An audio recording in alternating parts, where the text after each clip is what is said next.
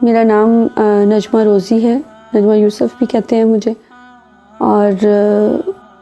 میری والد صاحب جو ہیں وہ جناب نگر کے رہنے والے تھے، اور اس سے پہلے جو دادا تھے وہ قادیان سے بلانگ کرتے تھے۔ تو میرا جو سٹڈیز ہیں وہ ایکچولی والد صاحب جو ہیں وہ جماعت سے اختلافات کے بعد جو ہے وہ جماعت چھوڑ کے تو چنیوٹ میں شفٹ ہو گئے تھے، تو چنیوٹ سے سٹارٹ ہوئی تھی، وہیں پہ میں نے میٹرک کیا۔ اس کے بعد جو ہے وہ میں نے اسلام آباد سے BCS کیا۔ ہماری فیملی میں سب سے پہلے میرے والد نے اسلام قبول کیا تھا، اور اس کے بعد جو ہے وہ میرا نمبر آیا، اور پھر مجھے دیکھا دیکھی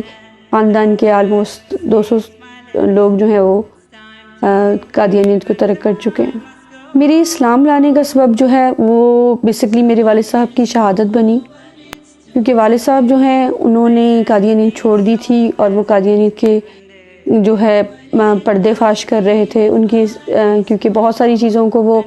جان گئے تھے، وہ اسپیشلی مرزا خاندان کے اور احمدیوں کے جو ہے وہ کیسز لیتے تھے۔ تو جو شخص بھی ان کے اندر گھس جاتا ہے وہ ان کی حقیقت سے واقف ہو جاتا ہے۔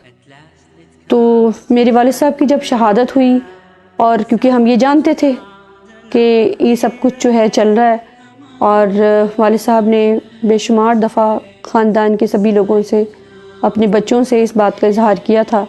کہ مجھے قادیانی جماعت بہت جلد مروا دے گی، اور بالکل ایسا ہی ہوا۔ تو پھر ہمارے لیے یہ بات جو ہے وہ انتہائی امیزنگ بھی ہوئی اور تکلیف دہ بھی، کہ ایسی پرامن جماعت جو کہتی ہے کہ جی یہاں ہم صرف محبت کرتے ہیں اور نفرت کسی سے نہیں کرتے، جس طرح ہمارے والد صاحب بتایا کرتے تھے کہ بے شمار لوگوں کو یہ مروا دیتے ہیں، اور جو ان کی بات نہیں مانتا ان کے ساتھ یہ انتہائی تکلیف دہ سلوک کرتے ہیں۔ تو وہ چیز ہمارے سامنے کھل کے آ گئی، اور اس کے بعد جب اس کو میں نے اسپیشلی فالو کرنا شروع کیا، اور اس وقت میں ابو ظبی میں مقیم تھی، اور میں نے یہ چاہا کہ میں جا کے دیکھوں خود، کہ میرے والد ایک بات کہتے تھے اور ہمیشہ سے کہتے تھے، وہ اب ہو بھی گئی ہے، تو کسی بھی طریقے سے میں جا کے اس کیس کا اینڈ دیکھوں کہ آخر یہ کیوں ہوا، اور اس کے اسباب کیا تھے، والد صاحب نے ایسے کیا کیا تھا کہ ان کو اس بری طرح سے بروٹلی مرڈر کروا دیا گیا۔ یعنی پورے پنجاب میں مجھے نہیں لگتا کہ اس طرح سے کسی کو مرڈر کیا گیا ہو کہ ان کی کمر پہ پیٹرول چھڑک کے سرگٹوں سے داغا گیا، ان کا ایک ایک دانت توڑ دیا گیا، ان کا جبڑا توڑ دیا گیا،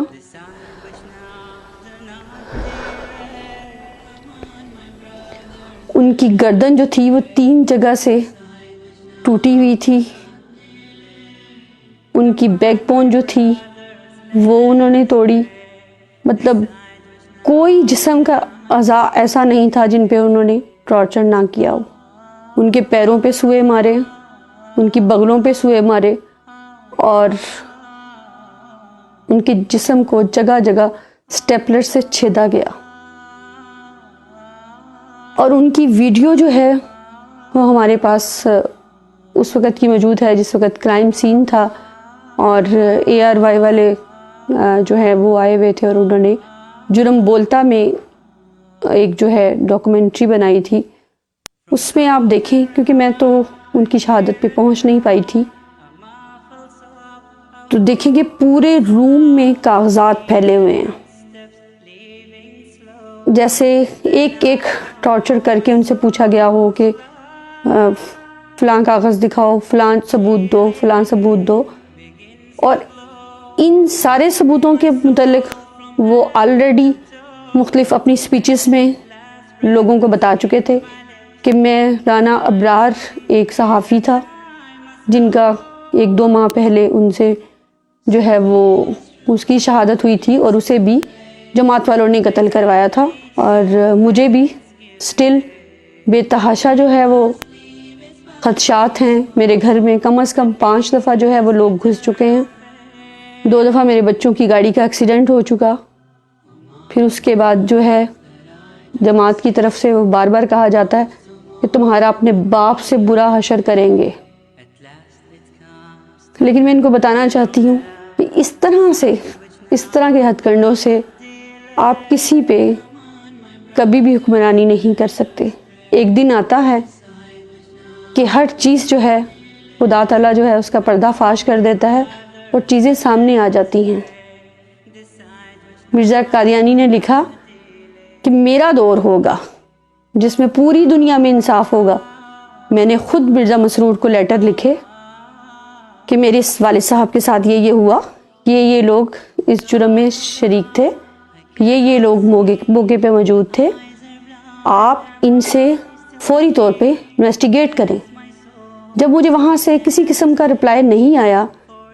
اور الٹا مجھے مروانے کی کوششیں کی جانے لگی، میرے ہسبینڈ سے کہے جانے لگا کہ جی اس کو چھوڑ دو، یہ ذرا سی لڑکی تم سے نہیں سنبھالی جا رہی، اور تم اس کا خرچہ بند کر دو، اور اسے تم طلاق دے دو، اس سے بچے چھین لو۔ کیا اس قسم کے ہتھ کنڈوں سے یہ کب تک اپنی جماعت کو چلائیں گے، اور کب تک اس جھوٹ کے بل بوتے پہ یہ سب کچھ چلتا رہے گا؟ کیوں کسی حق کے لیے آواز اٹھانے والے کو اس طرح سے بروٹلی مرڈر کروا دیا جاتا ہے؟ کیوں لوگوں کی بیٹیوں کو طلاقیں دلوائی جاتی ہیں؟ کیوں اسلام کی طرف بڑھنے والے قدموں کو یہ کہہ کے روک دیا جاتا ہے کہ خبردار تم سے گھر بار چھین لیں گے، تم سے بچے چھین لیے جائیں گے؟ اگر ان ساری چیزوں کی طرف توجہ دیں تو آپ کو پتہ چلے گا کہ یہ صرف اور صرف ایک انگریز کا لگایا ہوا پودا ہے جو صرف پیسے کے چکر میں ہے۔ اور دوسری اہم ترین بات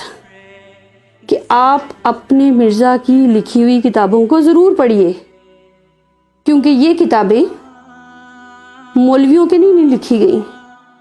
یہ کتابیں انہوں نے اپنی جماعت کے لیے لکھی ہیں۔ تو دوسروں کو پردے میں چھپا کے شوگر کوٹڈ زہر دینے سے بہتر ہے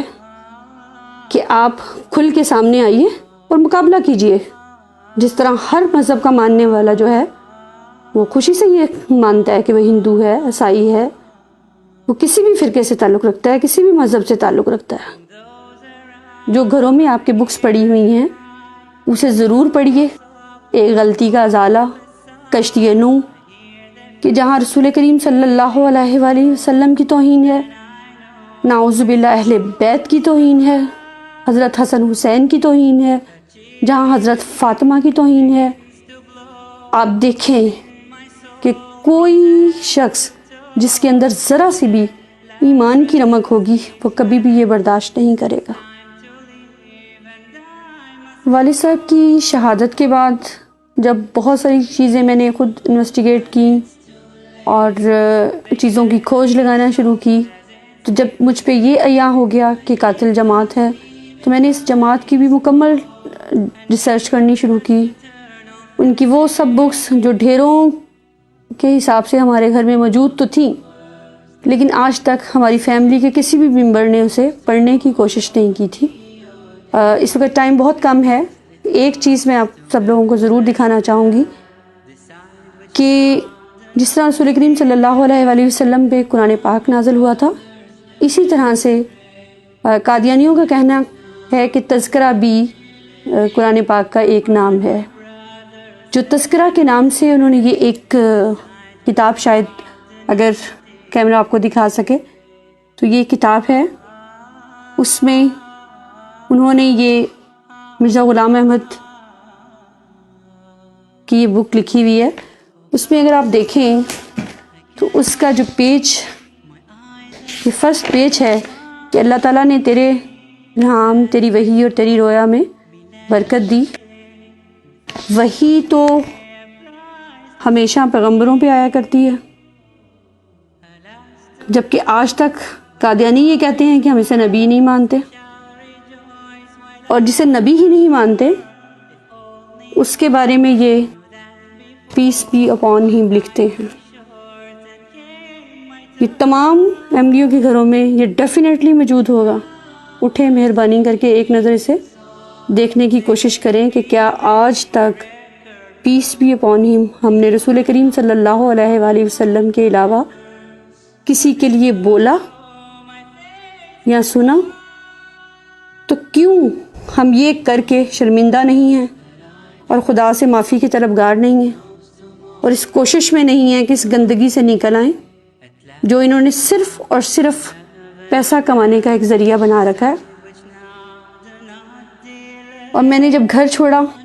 تو آپ یقین کریں کہ مجھے بالکل اندازہ نہیں تھا کہ مجھے کہاں جانا ہے, مجھے کہاں رہنا ہے. میں نے بچوں سے یہ کہا کہ آپ لوگ ظاہر ہے بہت عالی شان زندگی کے عادی ہیں, تو اگر آپ ڈیڈی کے پاس رہنا چاہیں تو مجھے کوئی اعتراض نہیں ہوگا. لیکن الحمدللہ میرے بچوں نے یہی کہا کہ نہیں, ہم آپ کے ساتھ ہی جائیں گے, ہم پڑھنا چھوڑ دیں گے لیکن ہم آپ کے ساتھ ہی جائیں گے کیونکہ آپ کا مقصد